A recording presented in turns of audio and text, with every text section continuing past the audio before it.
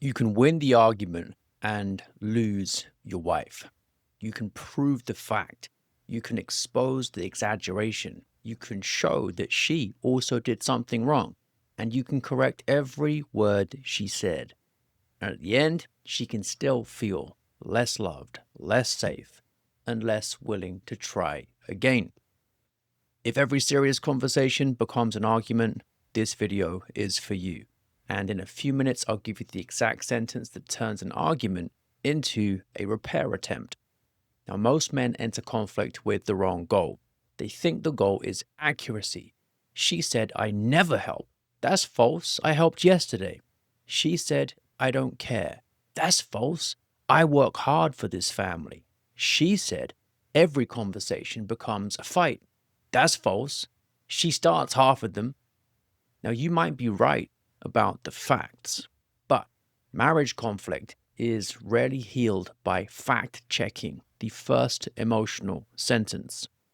Now, when your wife says you never listen, she probably doesn't mean there's never been 1 second ever when you actually heard something she said. What she means is, I don't feel received. I feel alone when I bring pain to you. I expect you to defend yourself rather than understand me. And if you respond to the exaggeration and miss the wound, then you might win the argument but lose the marriage. So here's a pattern that I see again and again in marriage coaching. She says, you don't care about me. He says, that's ridiculous. I do care. I literally worked 10 hours a day for the last week to provide for you. She says, see, you always make it about work. And he says, because you ignore what I do. Now, they're not actually talking about how much people care.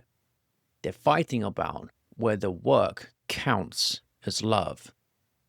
And the whole conversation moves away from her pain and into his defense. Now, the better move doesn't involve surrendering to falsehood. It's about finding the true wound underneath the imperfect sentence that she's come at you with. So try this. When you say, I don't care, I know there are ways I do care, but I want to understand where you felt uncared for today. So that's a strong sentence because it doesn't confess to a lie, it doesn't argue, and it also directs the conversation toward the wound.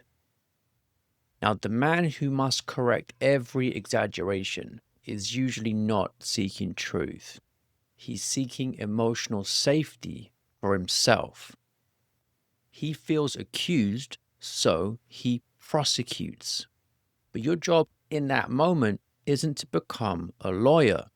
Your job is to become a steady husband. And meekness doesn't mean never correcting evil. It means that your anger remains under the control of reason. So a husband may need to speak firmly, but he must not use truth as a weapon for revenge. Now, here are 3 phrases that usually inflame the fight. First, that's not true. Now, even when it isn't true, that phrase often sounds like your experience is false. Second, you do it too. Might be accurate, but usually that's a grenade. Third, here we go again. Now that sentence tells her that the conversation is already beneath you, so she feels belittled. Replace them with 3 better phrases. Help me understand what made you feel that way. I can see why that will come across badly. I want to respond better than I normally do. So here's the full script you can use. I'm feeling defensive, so I'm going to slow down.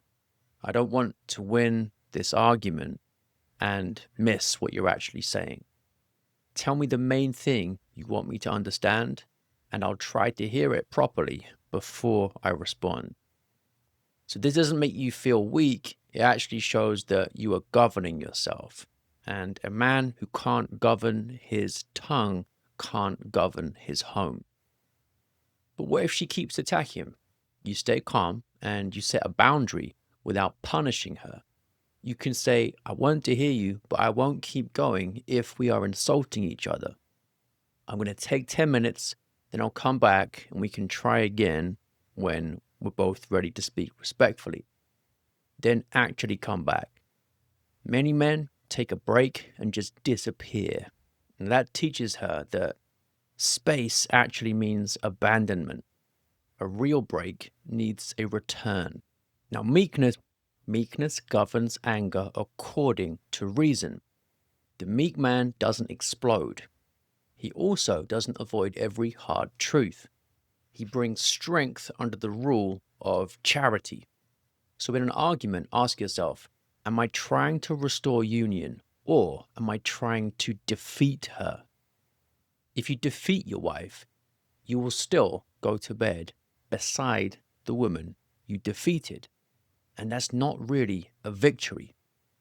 Now, winning feels tempting because it gives you a quick hit of relief.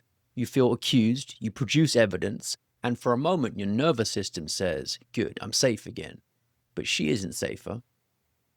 Your marriage isn't safer. And her wound is still there. So that's why so many couples have the same fight for years. The man keeps winning. Point. The woman feels unheard, and both walk away with more evidence that the other person is impossible. Now, this doesn't mean your wife's accusation is always accurate. Sometimes she is unfair. Sometimes she exaggerates. Sometimes she brings up 3 old things at once. And sometimes she chooses words that cut. But timing matters. If you correct everything at the doorway of the conversation, then you never reach the room where the pain actually lives. First, receive the wound. Then clarify the facts. Say, I want to understand the part that hurt you. After that, I want us to talk about what actually happened, because truth matters too. So that sentence is going to protect both charity and reality. So you can use this loop. Slow down, name the wound, own your part, and ask for the next faithful step. Not the perfect step, just the next faithful step. For example, I can see that when I walked away last night, you felt abandoned. I was overwhelmed, but I should have told you that I would come back. Tonight, if I need a break, I'll say the time I'm coming back. So that's how you win her back. You become the man who can stay governed when the conversation gets hot. At the end of an argument, ask yourself one question. Did my wife experience more truth with more love, or did she just experience my fear? If she only experienced your fear, repair that first. You can say, I was trying to defend myself, but I can see I became hard. I want to understand you, so let's try again. Now, maybe that sentence feels costly to you. That's okay. Peace in a marriage often begins when one person chooses humility before the courtroom reopens. Now, the next time she says something that feels unfair, don't correct the first sentence. Ask instead, what moment made you feel that way? And that question can save you 20 minutes of fighting. And if you want help applying this to your own marriage, click the link in the description or the pinned comment to get KnowlandBot. And if you want me to answer your question on the channel, leave it in the comments. Describe your situation clearly without naming any names, and I'll answer the best questions in future videos. Thanks for watching.